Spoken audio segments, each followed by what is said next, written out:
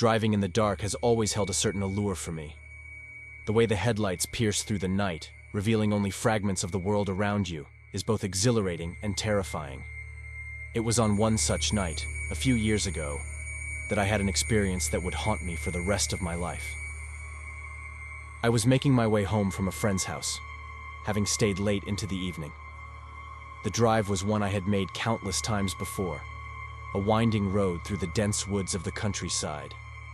The only company I had was the soft hum of the engine and the occasional burst of radio static. The stars above were obscured by a thick blanket of clouds, casting an eerie darkness over everything. As I navigated the serpentine road, I began to feel an uneasy sensation creeping over me. It was as if I were being watched, as if unseen eyes were tracking my every move. I tried to shake off the feeling, chalking it up to the natural unease of being alone on a desolate road in the dead of night. The unease grew stronger as I continued on, and I couldn't help but feel as though the darkness was closing in around me. My heart raced, and I began to question my decision to take this route home. It was then that I noticed something peculiar in my rearview mirror. A pair of dim, flickering headlights appeared in the distance, growing steadily brighter as the vehicle approached. I couldn't make out any details, just the vague shape of a car, its headlights casting long shadows on the road. As it drew nearer, I realized it was an old, battered pickup truck. The truck tailgated me for a few agonizing minutes, its high beams blinding in the darkness. I cursed under my breath and decided to let the vehicle pass.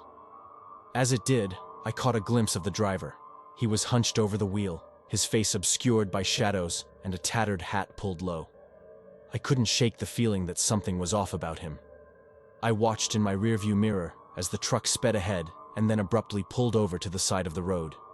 My unease grew, and I couldn't resist the urge to slow down and keep my distance from the stranger. But just as I was about to pass by, I heard the unmistakable sound of a vehicle starting up again.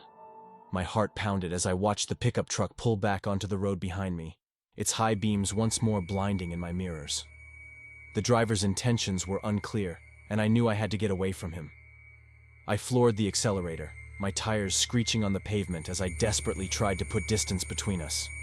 The chase continued for what felt like an eternity, my heart pounding in my chest. No matter how fast I went, the truck stayed hot on my tail, and I could see the driver's shadowy figure in my mirrors. The sense of being hunted, of being at the mercy of this unknown pursuer, was unbearable. I knew I couldn't keep this up for long. My gas gauge was rapidly approaching empty, and the road ahead seemed to stretch on endlessly. Panic set in as I tried to come up with a plan to escape this relentless tormentor. That's when I spotted a narrow dirt road branching off from the main highway. Desperation took over, and I made a split-second decision to turn onto it, praying that my pursuer would miss the turn. As I raced down the rough, unlit path, I could hear the pickup truck's engine fading into the distance. I had lost him, at least for the moment, but the relief was short-lived. The dirt road led me deeper into the woods, and I soon found myself in complete darkness. I couldn't see more than a few feet in front of me, and the road seemed to wind endlessly, leading me further into the heart of the forest. Panic set in as I realized I had no idea where I was, or how to find my way back to the main road. The headlights of my car barely pierced the inky blackness, and the forest seemed to close in around me. I was trapped, lost in the wilderness, with no way to escape. Hours passed, though it felt like an eternity. I kept driving, praying for some sign of civilization or a way out. But all I found were trees, and the oppressive feeling of being watched never left me.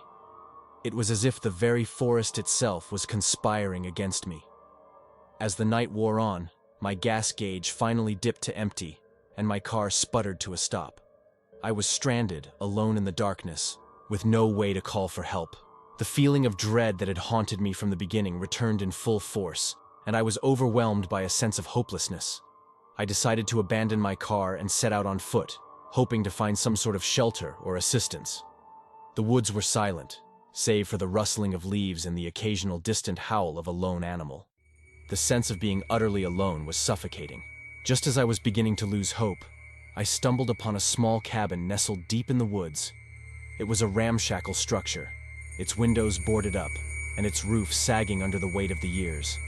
It was a far cry from a welcoming sight, but it was shelter, and I had no other options. I cautiously approached the cabin, my footsteps crunching on the fallen leaves. As I reached the door, I noticed it was slightly ajar. Pushing it open, I was met with the musty scent of decay and the creaking of old wood. The interior was dark, but I could make out the faint outlines of furniture covered in tattered sheets. I stepped further into the cabin, my heart pounding. And that's when I saw it. A faded photograph on the wall. It was a picture of the very pickup truck that had been chasing me earlier, parked in front of the cabin. The feeling of dread returned, and I realized I was not alone in this place. Before I could react, a voice whispered from the darkness, "You shouldn't have come here." I spun around to see the shadowy figure of the driver stepping out of the shadows. His face was a mask of pure malevolence, and I knew I was in grave danger.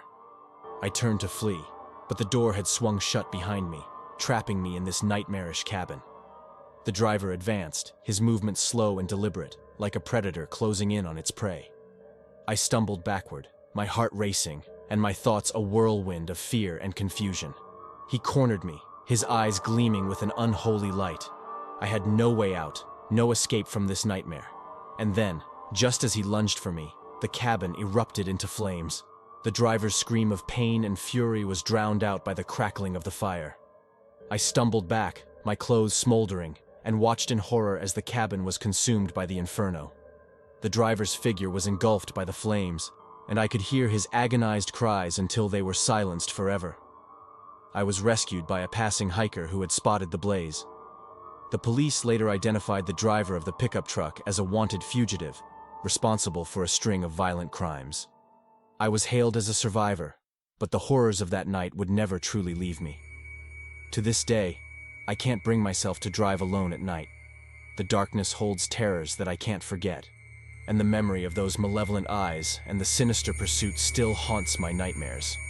It's a chilling reminder that sometimes, the most terrifying horrors are the ones we encounter when we least expect them, lurking in the shadows of the night.